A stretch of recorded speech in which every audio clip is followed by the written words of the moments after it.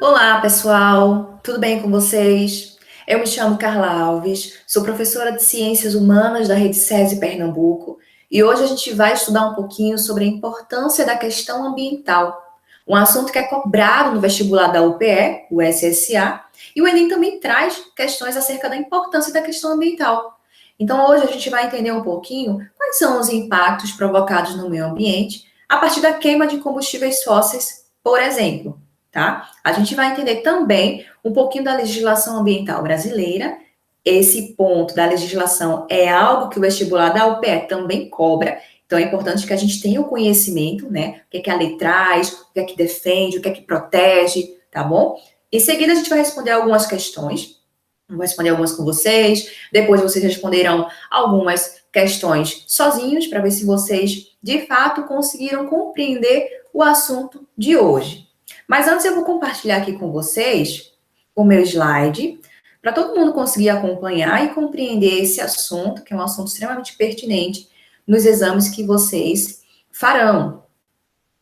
Então, o primeiro ponto que a gente precisa compreender é essa relação que existe entre homem e natureza, tá? Então, desde que aconteceu aí o desenvolvimento da sociedade, houve a necessidade, né, de consumir cada vez mais os produtos ofertados pela natureza. Então, quanto mais a população foi crescendo, mais recursos da natureza foi sendo utilizado, o que é um problema. Por quê? Porque o homem não tinha esse conhecimento de que esses recursos ofertados pela natureza poderiam se esgotar. Isso foi algo, essa percepção foi algo que a gente começou a ter recentemente, tá? Então, a gente pode colocar aí uns 70 anos. Então, é algo muito recente, é uma discussão, relação homem-natureza, que a gente começou a ter recentemente, quando a gente começou a tomar consciência dos danos que estávamos causando à natureza, com o nosso desenvolvimento, com o desenvolvimento tecnológico, né? Então a gente tem aí as revoluções industriais sendo também um ponto extremamente importante quando a gente fala das questões ambientais, quando a gente fala do impacto ambiental provocado na natureza, tá? A gente tem aí o processo de industrialização.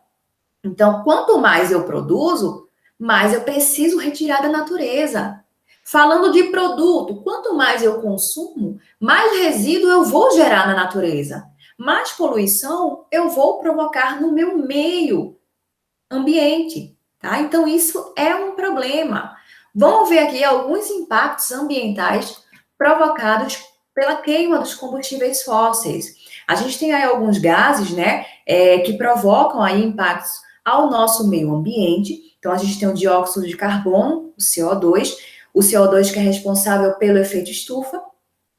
Temos também o dióxido de enxofre, o SO2 que provoca, né, um dos gases que vai provocar a chuva ácida e vários outros gases. Estou trazendo só alguns aqui para a gente ter noção, né, dos impactos que são provocados pela queima dos combustíveis fósseis. Os aldeídos vão provocar problemas no ser humano. Então, vai irritar os olhos, né, vai provocar aí problemas respiratórios no ser humano, tá bom? Então, eu falei aí, a princípio, do CO2, o dióxido de carbono que provoca, né, o efeito estufa. Mas a gente precisa entender uma coisa: o efeito estufa é um fenômeno natural, tá? A gente precisa do efeito estufa para viver na Terra. Qual é o objetivo do efeito estufa? Manter a temperatura, né, constante na Terra. Mas o que é que acontece? Com a emissão exagerada dos gases poluidores na atmosfera, o efeito estufa ele vai aparecer como um impacto ambiental, como um problema ambiental. E quem é que emite esses gases na atmosfera? Os seres humanos. A ação dos seres humanos, ações antrópicas, como, por exemplo, desmatamento, as queimadas, né? A queima dos combustíveis fósseis, como eu falei para vocês, a gente sabe o tanto de automóvel que existe aí nas estradas, né? No nosso meio, assim como as indústrias. Eu falei para vocês aí da Revolução Industrial, né? Trazendo aí um contexto histórico inicial, né? Principal, que vai aumentar aí o prejuízo no nosso meio natural, tá bom? Então, devido às ações antrópicas, o efeito estufa, que é um fenômeno natural, ele tem que existir para a gente conseguir viver na Terra, ele vai aparecer como um problema ambiental, ok? Dióxido de enxofre, o dióxido de enxofre, que é o SO2, ele vai provocar a chuva ácida. Gente, toda chuva é ácida, tá? Porém, a chuva ácida como problema ambiental vai ser aquela que vai estar carregada de poluentes, tá bom? Então, ó, toda chuva ácida que eu falei para vocês, ela vai apresentar um pH menor que 7. Mas aí, se a chuva apresentar um pH menor que 5,2, vai ser uma chuva ácida que vai aparecer como um problema ambiental. Além do dióxido de enxofre, que eu falei para vocês, que provoca chuva ácida, o óxido de nitrogênio, o NO2, também provoca chuva ácida. Mas quais são as consequências, professora, para nós seres humanos? Se presenciarmos, né, se estivermos ali presenciando a chuva ácida, se a gente tiver contato com a chuva ácida, a gente vai ter problema respiratório, tá? A consequência para o espaço geográfico, os solos, eles vão se tornar mais ácidos, e a gente sabe que um solo ácido vai se tornar um solo infértil, né, impróprio para realizar a plantação, o que é um problema.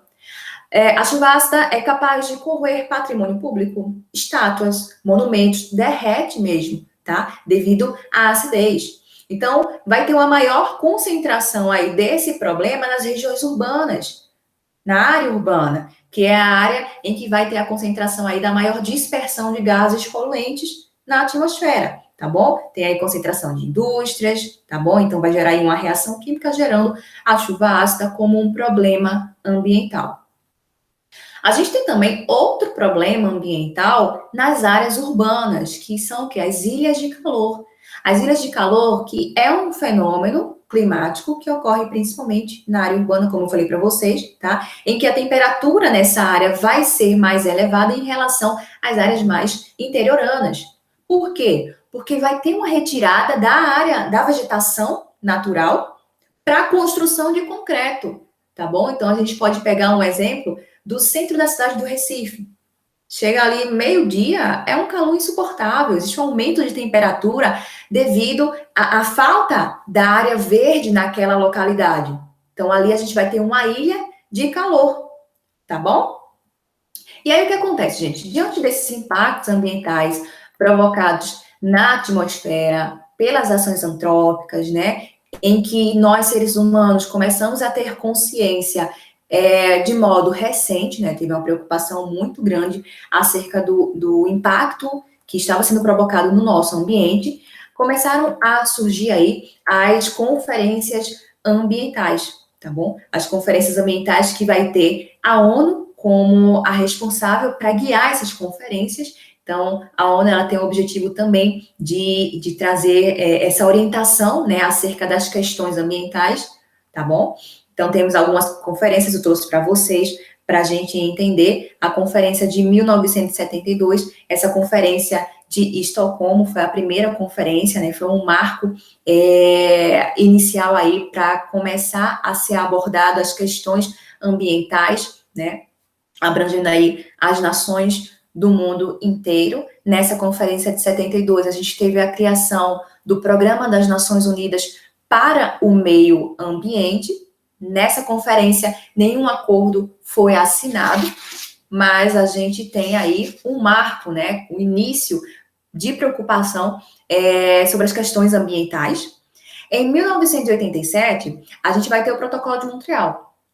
Nessa conferência, né, teve aí essa preocupação porque notou um buraco na camada de ozônio provocado pelo clorofluorcarbono e era necessário combater, né, esse buraco. Então, essa preocupação com a questão ambiental só vem aumentando no decorrer das conferências, tá? Outro ponto importante que a gente precisa saber nesse ano de 87 é que teve o relatório de Brundtland. Esse relatório foi um documento muito importante porque trouxe o conceito de desenvolvimento sustentável. O que é o desenvolvimento sustentável, gente? É importante a gente saber o que significa, né? Qual é o conceito de desenvolvimento sustentável trazido nesse documento de Brundtland, tá? O relatório Brundtland. Então, o desenvolvimento sustentável, gente, é o desenvolvimento que vai suprir as necessidades da geração atual sem que comprometa as necessidades das gerações que ainda estão por vir. que ainda nem apareceu, tá? São as gerações futuras. Então, esse conceito é um conceito de extrema importância que surgiu em 87 no relatório de Brundtland, não esqueçam disso, tá? E fez parte das conferências, das questões ambientais e da vida das pessoas até então, tá? Atualmente, o desenvolvimento sustentável é algo que é necessário. Eu preciso, sim, utilizar o que a natureza está me dando aqui, vou utilizar, mas eu preciso utilizar com consciência, de forma moderada. Por quê? Porque as gerações futuras precisam também utilizar, né, esses recursos ofertados pela natureza. Então, se eu utilizar tudo sem consciência, achando que vai ter de modo fácil, vai acabar e as gerações futuras vão sofrer, tá? Então, o desenvolvimento sustentável é um conceito que apareceu nesse relatório de Brundtland em 1987. Em 1992, a gente tem o quê? Rio 92, tá? Ou Eco 92. Essa conferência que aconteceu aqui no Brasil, no Rio de Janeiro, e que houve aí as discussões ambientais. A Agenda 21 é um documento que surgiu nessa conferência de 1982, né, um documento em que propôs algumas metas a serem alcançadas nesse século 21. Em 1997, a gente tem o Protocolo de Kyoto que apareceu aí com o objetivo de reduzir a emissão dos gases poluidores na atmosfera, né? Nesse Protocolo de Kyoto, Estados Unidos acabou não aderindo, né, a essa meta. Então, foi bem crítico em relação a isso, assim como a Rússia e a China também, né, os países desenvolvidos não aderiram muito, né, a esse protocolo, a essa conferência, tá bom? Em 2002, a gente tem o quê? Rio mais 10. Em 92, tivemos a Rio 92. Em 2002, Rio mais 10, mas aconteceu na África do Sul. Ah, professor, então por que se chama Rio mais 10? Se chama Rio mais 10 porque aconteceu 10 anos após a conferência do Rio de Janeiro, tá bom?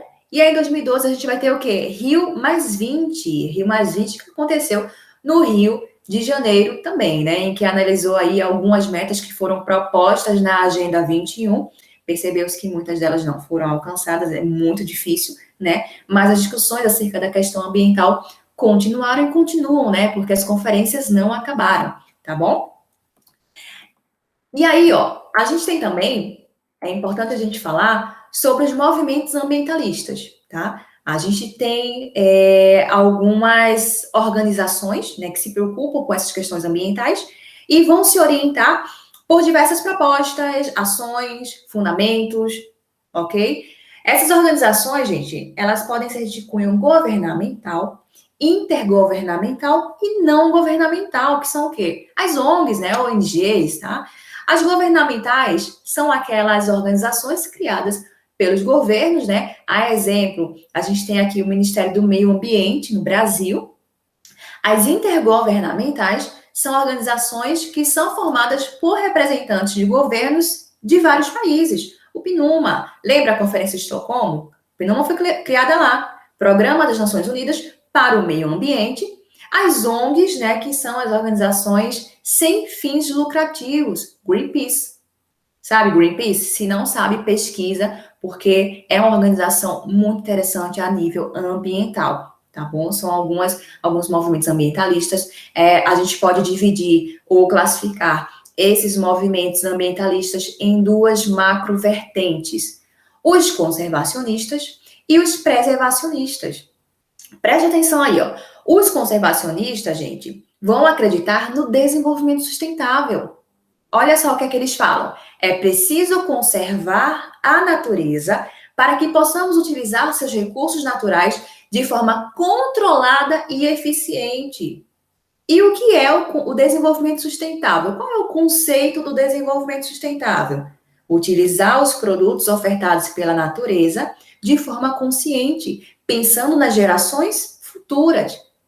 É o conceito, né, e a ideologia dos conservacionistas. A gente vai utilizar os produtos da natureza? Sim, de forma consciente e moderada. Desenvolvimento sustentável.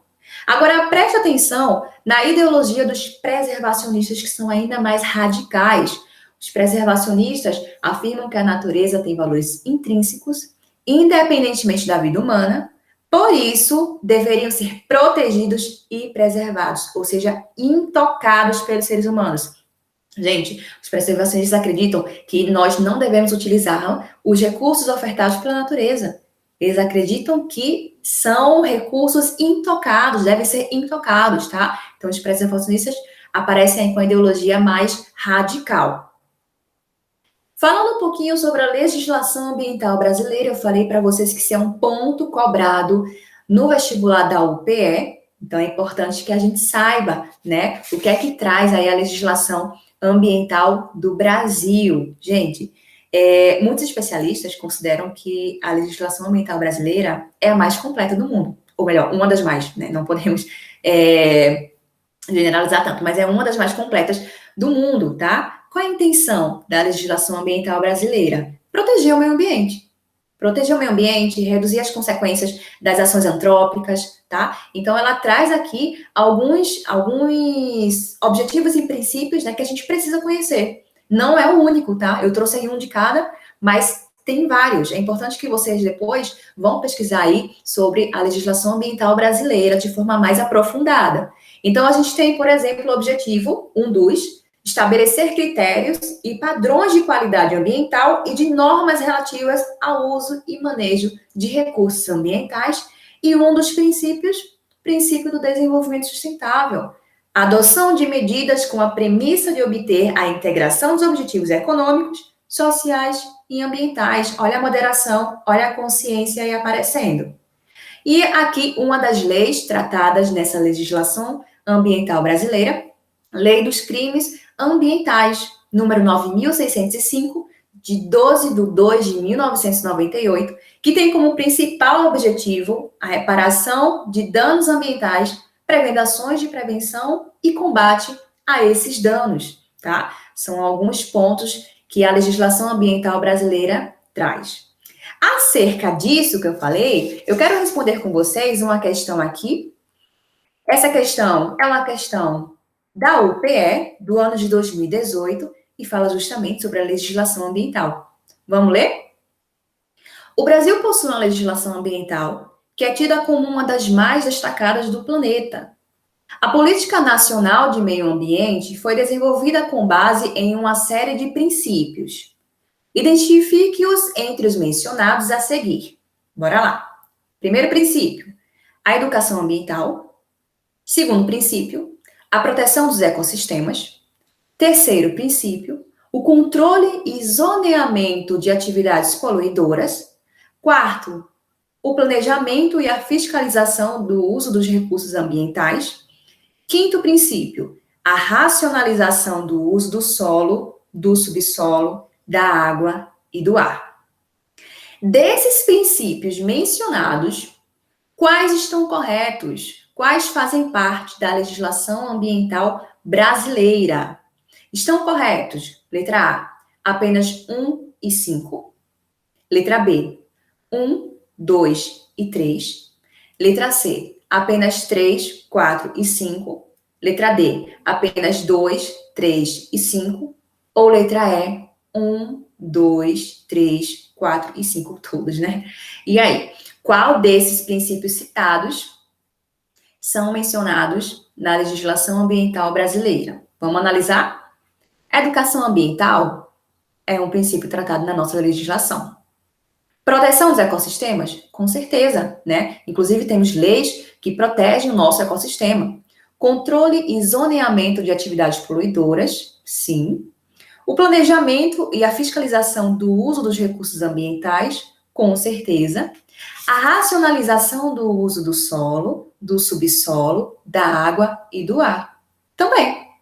Então, a gente pode dizer aqui que a resposta correta é a letra E. Todos os princípios fazem parte da legislação ambiental brasileira, tá? Então, gente, eu espero que vocês tenham entendido um pouquinho acerca desse assunto. Eu falei para vocês que é um assunto cobrado no vestibular da UPE e o Enem também traz esse assunto, tá bom? Agora respondam aí algumas questões sozinhos para ver se vocês compreenderam. Beijos para vocês, desejo muito sucesso nos exames que vocês farão e até mais. Tchau, tchau.